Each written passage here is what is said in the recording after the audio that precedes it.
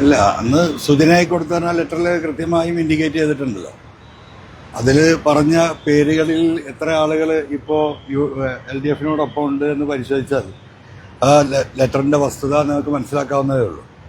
കാരണം ഇപ്പോൾ നിൽക്കുന്ന ഐഷ പൊറ്റിയായാലും ജി സുധാകരൻ സഖാവായാലും ഇടുക്കി MLA ആയിരുന്ന രാജേന്ദ്രനായാലും KT റസാഖ് MLA ആയാലും ഈ പറയുന്ന PK ശശി ആണെങ്കിലും അങ്ങനെ ഒരുപാട് ആളുകൾ അന്ന് ഇടതുപക്ഷത്തോടൊപ്പം ഉണ്ടായിരുന്ന പലരും ഇന്ന് ഇടതുപക്ഷത്തോടൊപ്പം ഇല്ല എന്ന് മാത്രമല്ല, പലരും ഇപ്പുറത്തേക്ക് വരികയും സ്ഥാനാർത്ഥികളാകുകയും ഈ പിണറായിക്കെതിരെ സംസാരിക്കുകയും ചെയ്യുന്ന ഒരു രാഷ്ട്രീയ സാഹചര്യമുണ്ട്. അപ്പോൾ കേരളത്തിൽ വരാനിരിക്കുന്ന ഒരു രാഷ്ട്രീയത്തെക്കുറിച്ചും അതിൻ്റെ സാധ്യതകളെക്കുറിച്ചും അതിൽ ഈ സംവിധാനം വിട്ടു വരാൻ സാധ്യതയുള്ള ലീഡേഴ്സിനെ കുറിച്ചുള്ള ഇൻഡിക്കേഷനാണ് കൊടുത്തിട്ടുള്ളത്. അത് വസ്തുതയാണ് എന്നുള്ളത് ഇപ്പോൾ എല്ലാവരും അറിയുന്ന കാര്യമല്ലേ.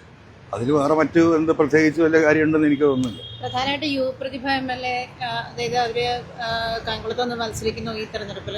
മാത്രമല്ല ലീഗ് നേതാവിനെതിരെ ശക്തമായിട്ട് അവരും വരികയും ചെയ്യുന്ന ഒരു സാഹചര്യമുണ്ട്. അങ്ങനെ ഒരു സാഹചര്യത്തിൽ അല്ല, ആ സാഹചര്യമൊക്കെ ഇപ്പോഴുണ്ടായിട്ടുള്ള സാഹചര്യങ്ങളാണ്. ഞാൻ ഒരാളെയും അതിൽ വ്യക്തിപരമായ ആളുകളുമായി അവർക്ക് പ്രയാസം ഉണ്ടാക്കുന്ന രീതിയിലെ കാര്യങ്ങൾ സംസാരിക്കാനാണ് ഉദ്ദേശിക്കുന്നത്. ഇപ്പോൾ പിണറായിയുമായിട്ടുള്ള ഏറ്റുമുട്ടൽ, പിണറായിസത്തിനെതിരെയുള്ള ഏറ്റുമുട്ടൽ ഞാൻ അപ്പുറത്തുനിന്ന് നടത്തുന്ന സമയത്ത് എത്രയോ ഉന്നതരായിട്ടുള്ള CPM-ന്റെ ലീഡേഴ്സ് എന്നെ അന്ന് പിന്തുണച്ചിരുന്നു. ഞാൻ രാജിവെച്ച് പുറത്ത് വന്ന് ഈ ഒരു ഘട്ടം വരെയായി, 1.25 വർഷമാകുമ്പോഴാണ്. നമ്മൾ ഇന്ന് വരെ ഒരാളുടെ പേര് ഞാൻ പറഞ്ഞിട്ടില്ല. അത് ശരിയായ നിലപാടല്ല. അതോടൊപ്പം തന്നെ ഈ കത്ത് നമ്മൾ കൊടുക്കുമ്പം അതിൻ്റെ ഏറ്റവും ഫ്രണ്ട് പേജിൽ കത്ത് നിങ്ങളെല്ലാവരും കണ്ടതാണ്. Highly confidential and purely personal എന്ന് പറയുന്ന ഒരു രാഷ്ട്രീയത്തിലുണ്ടാകുന്ന മിനിമം ധാർമ്മിക ഉത്തരവാദിത്തം പോലും അവർ എന്താ പറയുക കൈകാര്യം ചെയ്യാനോ അതിനനുസരിച്ച് ചെയ്യാനോ ഒരു വളരെ തറയായിട്ടുള്ള ഒരു നിലപാടാണ് സ്വീകരിച്ചിട്ടുള്ളത്. ഇപ്പോൾ രാഷ്ട്രീയം എന്ന് പറയുന്നത് ഇത്തരത്തിലുള്ള പരീക്ഷണങ്ങളും ഇത്തരത്തിലുള്ള പരിശ്രമങ്ങളുമാണ്. അത് വളരെ വ്യക്തമാണ്. അപ്പോൾ കേരളത്തിലെ ജനതയെ സംബന്ധിച്ച് നിങ്ങൾ പേര് പറയുന്ന ഈ പേരുകളിൽപ്പെട്ട പലരും ഇന്ന് അപ്പുറത്താണ്.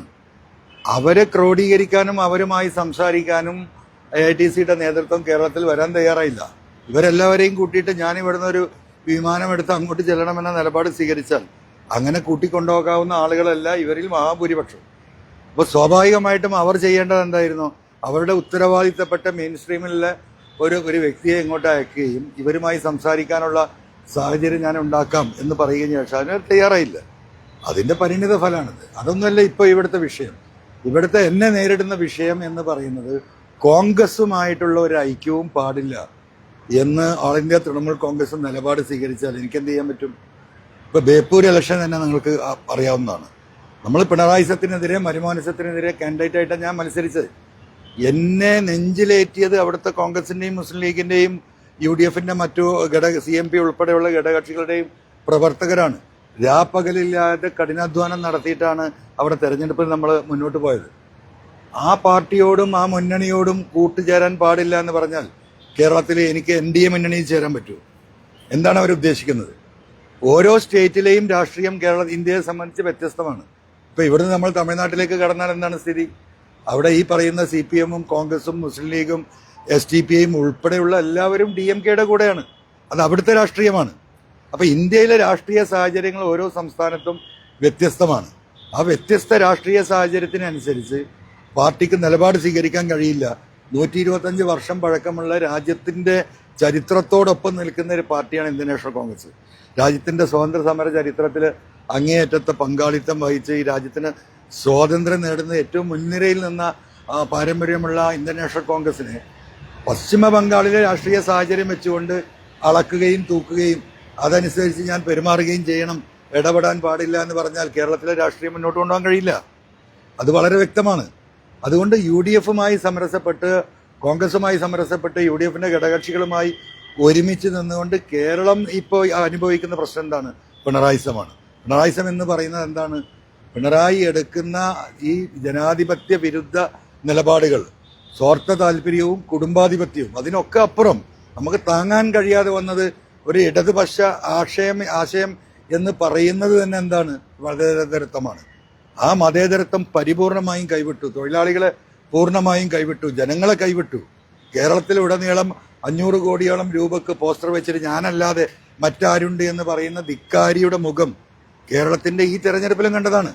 ആ ധിക്കാരത്തെ എതിർക്കാനും അതിനെ നേരിടാനും കേരളത്തിലെ സാധാരണക്കാരായ ജനങ്ങൾക്ക് അടിസ്ഥാനപരമായ അവരുടെ ആവശ്യങ്ങൾ നിറവേറ്റാനും വേണ്ടിയുള്ള പോരാട്ടമാണ് UDF ഇവിടെ നടത്തുന്നത്. ആ പോരാട്ടത്തോടൊപ്പം നിൽക്കാൻ പറ്റില്ല എന്ന് പറഞ്ഞാൽ ഒരു നിലക്കും ആ പറയുന്ന പാർട്ടിയെ നമുക്ക് മുന്നോട്ട് കൊണ്ടുപോകാൻ കഴിയില്ല. UDFന്റെ ഭാഗത്തു നിന്നുള്ള ഇപ്പോൾ ഇടതുനിന്ന് വന്ന ആളുകൾ, സുരേഷും അടക്കമുള്ള ആളുകളൊക്കെ അപ്പോൾ UDFിന് വേണ്ടി മത്സരിച്ചു, അൻവറുണ്ട്. അപ്പോൾ ഈ UDFിലെ ഈ ഇതിൽ നിന്ന് വന്ന ആളുകളുടെ ഒരു കൂട്ടായ്മ ഉണ്ടാക്കാനുള്ള ശ്രമമാണ്. ഇപ്പോൾ ഈ സുരേഷിനെ പോയി കാണുന്നു, സുധാകരനെ പോയി കാണുന്നു, ഇലക്ഷന് ശേഷം ഒരു മാറ്റം ഉണ്ടായാൽ അങ്ങനെ ഒരു കൂട്ടായി ഒന്നിച്ചൊരു ബ്ലോക്കായിട്ടിരിക്കാനൊക്കെ ഒരു തീരുമാനമാണ്. അല്ല, അതൊക്കെ UDF ലീഡർഷിപ്പുമായി ചർച്ച ചെയ്യേണ്ടതാണ്. ഞാനിപ്പോൾ ഇവരെയൊക്കെ വ്യക്തിപരമായി കാണുന്നു എന്ന് പറയുന്നത് ഞാൻ തുടങ്ങി വെച്ചൊരു പോരാട്ടം. ഇന്നലെ സുരേഷ് വളരെ വ്യക്തമായി നിങ്ങളോടത് പറഞ്ഞാണ്. PV അൻവർ തുടങ്ങി വെച്ച പോരാട്ടമാണിത്. അതിന്റെ പരിണിത ഫലമാണ് കേരളത്തിലെ പിണറായിസം എന്ന് പറയുന്നത്. അത് കേരളത്തിലെ രാഷ്ട്രീയത്തിൽ വലിയ ചർച്ചയാക്കി കൊണ്ടുവരാൻ നമുക്ക് സാധിച്ചു എന്ന് പറയുമ്പോൾ ഞാൻ തുടങ്ങി വെച്ച ആ വിഷയത്തിൽ പിന്നീട് കടന്നു വന്നവരാണ് ഈ പറയുന്നവരൊക്കെ. അപ്പൊ സ്വാഭാവികമായിട്ടും ഒരേ പക്ഷത്ത് ഒരേ ഭാഗത്ത് നിന്ന് ഒരേപോലെ പ്രവർത്തിച്ചിരുന്ന ആളുകളാണ് ഞങ്ങളൊക്കെ. അപ്പൊ അവരൊക്കെ അവിടുന്ന് വിട്ടുവന്നു ഈ തെരഞ്ഞെടുപ്പിൽ മത്സരിക്കുകയും സ്ഥാനാർത്ഥികളെ വിജയിപ്പിക്കാൻ വേണ്ടി മറ്റു പലരും പ്രവർത്തിക്കുകയും ചെയ്ത അവരെ ഒന്ന് കാണുക, സംസാരിക്കുക എന്നത് എൻ്റെ ഒരു ധാർമ്മിക ഉത്തരവാദിത്തമാണ്. തെരഞ്ഞെടുപ്പ് സമയത്ത് നമുക്ക് അതിനൊന്നും സാധിക്കില്ല. ഇതിൽ പലരും സ്ഥാനാർത്ഥികളായവരാണ്. അപ്പൊ അതിന്റെ ഒരു ടയർഡ്നെസ് ഒക്കെ കഴിഞ്ഞ് ഒരാഴ്ച കഴിഞ്ഞ് ഇവരെയൊക്കെ സൗഹൃദപരമായി കാണുന്നു എന്നതിലപ്പുറം മറ്റുള്ള കാര്യങ്ങൾ ചർച്ച ചെയ്ത് തീരുമാനിക്കേണ്ടത് UDF ലീഡർഷിപ്പാണ്. ആ UDF ലീഡർഷിപ്പുമായി അത്തരത്തിലുള്ള കാര്യങ്ങൾ എങ്ങനെയാണ് അത് വർക്കൗട്ട് ചെയ്യേണ്ടത്. ഭാവി കേരളത്തിന് ഇപ്പോ സ്വാഭാവികമായും ഈ തെരഞ്ഞെടുപ്പ് കഴിഞ്ഞാൽ വലിയ പൊട്ടിത്തെറി ശക്തി പകരുന്ന ഒരു ലെഫ്റ്റ് പൊളിറ്റിക്സ് ഇപ്പോൾ ബഹുമാനപ്പെട്ട നമ്മുടെ പ്രതിപക്ഷ നേതാവ് തന്നെ പല ഘട്ടങ്ങളിലും നിങ്ങളോട് പറഞ്ഞു, ഇടതുപക്ഷം എന്ന് പറയുന്നത് ഞങ്ങളാണ് യഥാർത്ഥ റിയൽ ലെഫ്റ്റ്, നെഹ്റുവിയൻ ലെഫ്റ്റിസ്റ്റ് ഞങ്ങളാണ്, മറുഭാഗം പരിപൂർണമായി മുതലാളിത്ത പാർട്ടിയായി മാറിയെന്ന്. അപ്പൊ അതിന്റെ ഒരു സാധ്യത ഇവിടെ ഉണ്ട്. ആ സാധ്യത എങ്ങനെ UDFന് ഉപകാരപ്രദമാകുന്ന രീതിയിൽ വരാനിരിക്കുന്ന പൊളിറ്റിക്സിൽ ഉപയോഗപ്പെടുത്താൻ പറ്റുമോ എന്ന ഒരു ആലോചന. രാഷ്ട്രീയം എന്ന് പറയുന്നത് എപ്പോഴും പരീക്ഷണശാലയാണ്. അതിൽ ആലോചനകൾ ഉണ്ടാവണം, അതിൽ പരീക്ഷണങ്ങൾ ഉണ്ടാവണം. അത്ര കണ്ടാൽ മതി ഇതിനെ. UDF തന്നെ ഇപ്പോൾ ഇടതു പാർട്ടികൾ CND, RSP, അതുപോലെ തന്നെ RMP പോലെയുള്ള പാർട്ടികളൊക്കെ ഉണ്ട്. അങ്ങനെയാണെങ്കിൽ ഈ കോൺഗ്രസ് അത്ര നല്ല അനുഭവമാണ് എന്ന് പറയുന്ന അൻവറിനെ തിരിച്ച് കോൺഗ്രസിലോട്ട് പോയാൽ പോരെ? പാർട്ടി ഉണ്ടാക്കേണ്ട ആവശ്യമുണ്ടോ?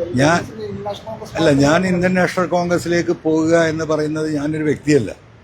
എന്നോടൊപ്പം നിൽക്കുന്ന പല ആളുകൾ, പല വ്യക്തികൾ, പല സംഘടനകൾ, ഇവർക്കൊന്നും ഡയറക്റ്റായിട്ട് ഒരു പൊളിറ്റിക്കൽ പാർട്ടിയിലേക്ക് ചേരാൻ പറ്റും. അവരൊക്കെ പലരും ഇൻഡിവിജ്വൽ കാഴ്ചപ്പാടുള്ളവരാണ്.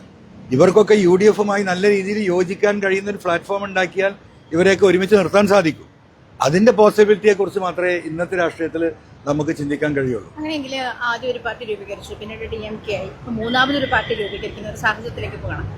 രാഷ്ട്രീയ കേരളം അങ്ങനത്തെ ഒരു സാഹചര്യത്തെ ഇതുവരെ എന്താ പറയുക പരിചിതമല്ലാത്തൊരു പാറ്റേൺ കൂടിയാണല്ലോ. അക്സെപ്റ്റൻസ് അവിടെയാണ് പ്രശ്നം. DMK എന്ന് പറയുന്നത് ഡെമോക്രാറ്റിക് മൂവ്മെന്റ് ഓഫ് കേരള എന്ന് പറയുന്നത് നമ്മളൊരു സോഷ്യൽ സംഘടന, പൊളിറ്റിക്കൽ സംഘടന ആക്കിയിട്ടില്ല. നിങ്ങൾക്കറിയാം, അന്നും പറഞ്ഞതാണ്, ഇന്നും DMK നമ്മൾ നിലനിൽക്കുന്നുണ്ട്. അതൊരു സോഷ്യൽ സംഘടന. പൊളിറ്റിക്കൽ ഡിസിഷൻ എടുത്ത് അന്ന് DMKയുമായിട്ടുള്ള ഒരു അലയൻസിന് വേണ്ടിയിട്ടുള്ള ഒരു ശ്രമം തമിഴ്നാട്ടിലെ അലയൻസുമായി നമ്മൾ ശ്രമിച്ചിരുന്നു. അതിനും പാര വെച്ചത് ഈ പറയുന്ന വ്യക്തി തന്നെയാണ്. അപ്പൊ സ്വാഭാവികമായിട്ടും പിന്നീടുള്ള ഒരു പരീക്ഷണം എന്ന നിലക്കായിരുന്നു ദേശീയ രാഷ്ട്രീയത്തിലും അതുപോലെ തന്നെ ഇവിടുത്തെ ഇന്ത്യ മുന്നണിയൊക്കെ ആയി നല്ല രീതിയിൽ കോൺഗ്രസുമായി സഹകരിച്ചു പോകുന്ന ഒരു ഘട്ടമായിരുന്നു അന്ന്. പക്ഷെ ആ ഘട്ടത്തിൽ നിന്ന് ഇവർ തിരിഞ്ഞു നടക്കുകയാണ്. ആ തിരിഞ്ഞു നടത്തം കേരളത്തിലെ രാഷ്ട്രീയത്തിന് ഒരിക്കലും ഭൂഷണമല്ല. നമുക്ക് നമ്മുടെ രാഷ്ട്രീയം കൊണ്ടുപോകാൻ സാധിക്കില്ല. അതുകൊണ്ട് രാഷ്ട്രീയം എന്ന് പറയുന്നത് നിലപാടാണ് നിങ്ങൾ നോക്കേണ്ടത്. ഞാൻ എടുത്ത നിലപാട് പിണറായിസത്തിനെതിരായിരുന്നു. ആ നിലപാടിൽ നിന്ന് ഒരു മില്ലിമീറ്റർ ഞാൻ മാറിയിട്ടില്ല. എനിക്ക് കേരളത്തിൽ മലപ്പുറത്ത് ഏതെങ്കിലും ഒരു സീറ്റിൽ മത്സരിച്ച് സുഖമായിട്ട് ജയിക്കാൻ പറ്റുന്ന സാഹചര്യം ഉണ്ടായിട്ട് അത് തരാൻ UDF തയ്യാറായി നിൽക്കുമ്പോൾ അത് വേണ്ട എന്ന് പറഞ്ഞ് ഞാൻ എടുത്ത നിലപാട് ഈ മരുമോനിസവും ഈ കുടുംബാധിപത്യമാണ്. അതിനെതിരെ പോരാട്ടം നയിക്കേണ്ടത് ഞാൻ തന്നെയാണ് എന്ന എൻ്റെ മനസാക്ഷിയുടെ എൻ്റെ തള്ളലാണ് ഞാൻ ബേപ്പൂരിൽ പോയിട്ട് ഇത്രയും വലിയൊരു റിസ്ക് എടുത്ത് ഞാൻ മത്സരിക്കുന്നത്. സ്വാഭാവികമായിട്ടും ഇതൊക്കെ കേരളത്തിലെ ജനങ്ങൾ കാണുന്നുണ്ട്. UDFനെ തള്ളിപ്പറഞ്ഞുകൊണ്ടും കോൺഗ്രസിനെ തള്ളിപ്പറഞ്ഞുകൊണ്ടുമുള്ള ഒരു രാഷ്ട്രീയത്തെക്കുറിച്ച് നമുക്ക് കേരളത്തിൽ ഇപ്പം ചിന്തിക്കാൻ കഴിയില്ല. കാരണം എന്നെ ഈ തെരഞ്ഞെടുപ്പിൽ ഉൾപ്പെടെ അത്രയും ശക്തമായി പിന്തുണച്ചത് UDF ആണ്. അവർ പ്രവർത്തകരാണ്. രാപ്പകലില്ലാതെ ഒരു കാലത്തും കഴിഞ്ഞ 50 വർഷക്കാലത്തിനിടയ്ക്ക് ബേപ്പൂരിൽ ഇത്ര വലിയൊരു പ്രവർത്തനം ഞങ്ങൾ നടത്തിയിട്ടില്ല എന്ന് പറയുന്നത് UDFന്റെ പ്രവർത്തകരാണ്. അത്രയും സിൻസിയറായിട്ട് അവർ പ്രവർത്തിച്ച് നാളെ ഈ പിണറായി സത്യത്തിൻ്റെ പോരാട്ടം UDF മുന്നോട്ട് പോകുമ്പം അതിൽ മാറി നിൽക്കണം എന്ന് പറഞ്ഞാൽ അതെന്ത് രാഷ്ട്രീയമാണ്? അതിന് സാധ്യമല്ലാത്തതുകൊണ്ടാണ് നിർണായകമായിട്ടുള്ള ഇങ്ങനെ ഒരു തീരുമാനം എടുക്കേണ്ടി വന്നത്. ഒരു കാര്യം കൂടി ചോദിച്ചോട്ടെ, ഇപ്പം ബേപ്പൂരിൽ മത്സരിക്കുന്ന ഒരു സാഹചര്യം വന്നപ്പോഴാണോ TMCക്ക് ഇങ്ങനെ ഒരു നിലപാടാണ് എന്ന് ക്ലിയർ ആയത്? അല്ല, ബേപ്പൂരിൽ മത്സരിക്കുമ്പോഴല്ല, കോൺഗ്രസ് വേദി പങ്കിടാൻ കഴിയില്ല, അവരുടെ ലീഡേഴ്സിനെ അയച്ചു തരാൻ കഴിയില്ല